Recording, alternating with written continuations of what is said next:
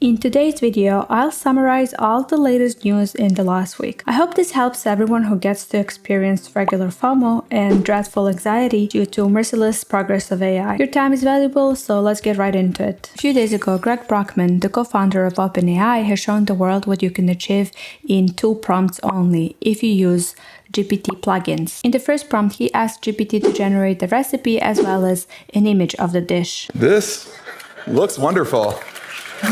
Now make a shopping list for the tasty thing I was suggesting earlier and tweet it out.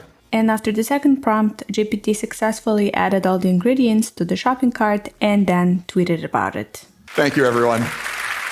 Next on the list we have StableLM. This is an open source language model, and it's available in alpha right now, featuring 3 billion and 7 billion parameters, with larger 15 billion to 65 billion parameters models to follow. And it's a big deal for 2 reasons. StableLM could be the key to breaking free from the OpenAI monopoly, which is closed source. The real icing on the cake is that StableLM comes with a Creative Commons license, which means that you can actually use it for your business ventures, unlike Llama LM, another open source language model which is restricted to research purposes only. Let's take a look at the demo. Tell me a short funny joke about Super Mario. How about, Super Mario is so boring, he once tried to walk on a Yoshi's Island?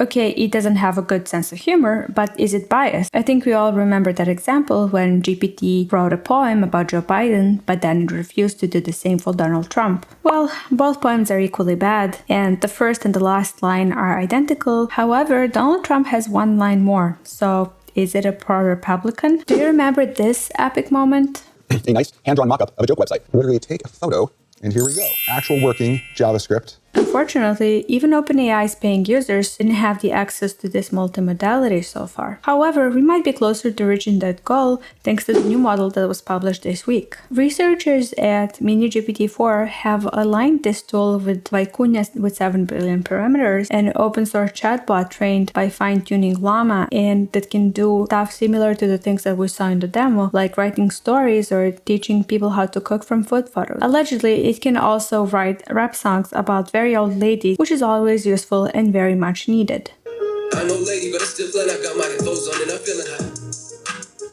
You can try the demo on their website, which is what I decided to do. So I tried to see what happens if I upload a sketch of a website, which is, by the way, one of the successful examples. They uploaded a massive photo of a sketch and it generated a code, and now you can even see what the website looks like in the final version. So how did this experiment go? Well, not that great in the first attempt. I have received only a ton of basic cat information, as well as something that looks like unorganized HTML elements. In the second attempt, I copy-pasted their own prompt from the successful example, and it didn't work again. In the third and final attempt, I additionally simplified the prompt, hoping that less is better and that this time somehow it might work. Unfortunately, I still had no luck.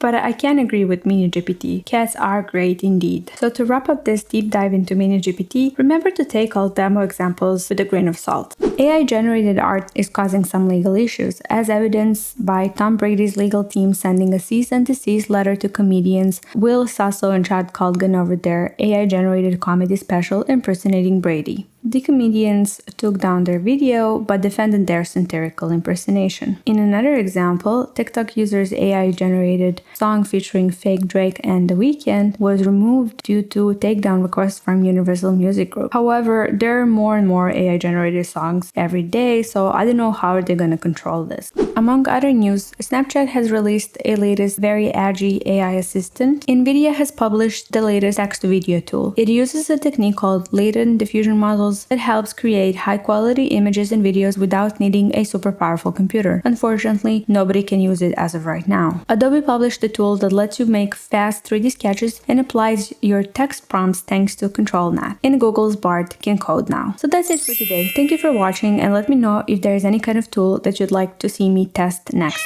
And have a good one!